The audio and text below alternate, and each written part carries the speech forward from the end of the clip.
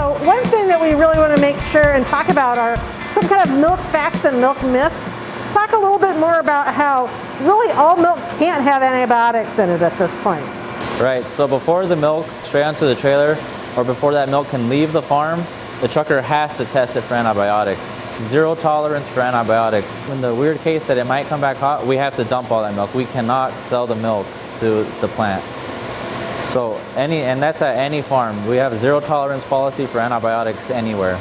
So if you see a milk product advertised that they're antibiotic free, really there aren't any milk products on the market with antibiotics in them, right? Right, so that's nothing special because by law or by our own guidance, we cannot have antibiotics anywhere.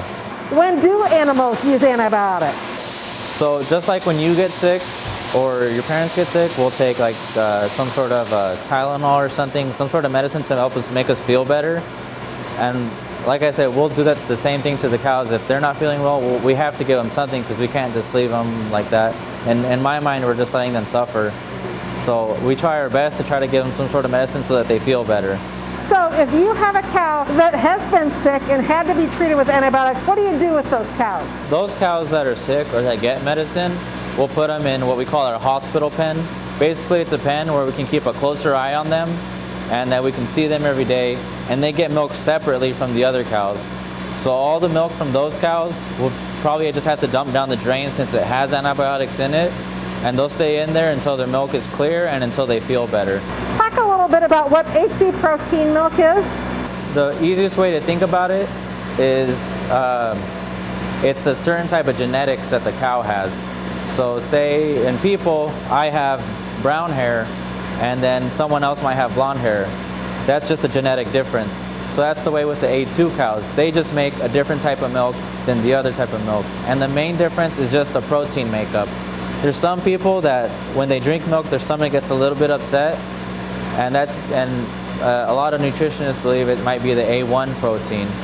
So all milk has normal milk like from the store has A1 and A2 protein, and that's just one, all in the milk. A2 milk, those special cows only make A2 protein, and for some people that can help alleviate some digestive upsets. So basically, it's just a different type of genetics and just a different type of milk that it's made. So on your farm, you guys do not produce specifically A2. You produce, it's all mixed together.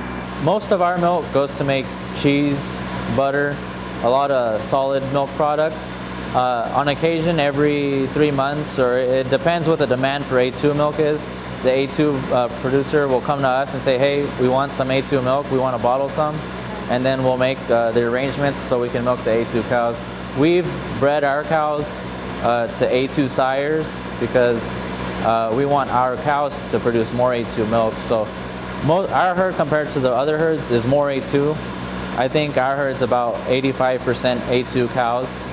Most herds, if you just test them, it's around 33% normal cows, 33% A2 cows, and the other percent is just normal cows like you'd buy from the store. You have the specific cows that you can do an A2 protein batch of milk with? Any farmer can do this. It's just, like I said, it's whatever market you want. If we want to make A2 milk, we're more prone to that because we've bred to that. Our genetics are more towards A2 milk. What are the other processes that help to keep milk safe for consumers? Well, we have a lot of what we call third-party auditors.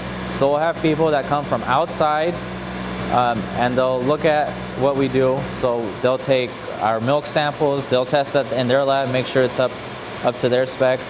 They'll take our water samples, like the water we feed to the cows, the water we use to clean everything. They'll take a sample of that. So we have a lot of third-party people coming to check out and see how we're producing our milk, how we're cooling it, and how we're cleaning our stuff. And then apart from just our milk production, we'll have third-party auditors come and look at how we're treating our cows. They'll get together with veterinarians, they'll look at over our protocols, make sure we're treating cows right, make sure they're comfortable, and just overall make sure there's a good, well-fed environment. And really that benefits us because comfortable, healthy cows are the best cows because they're more comfy and they're able to produce more milk. So all in all, it's good for us and it's good for the cows as well.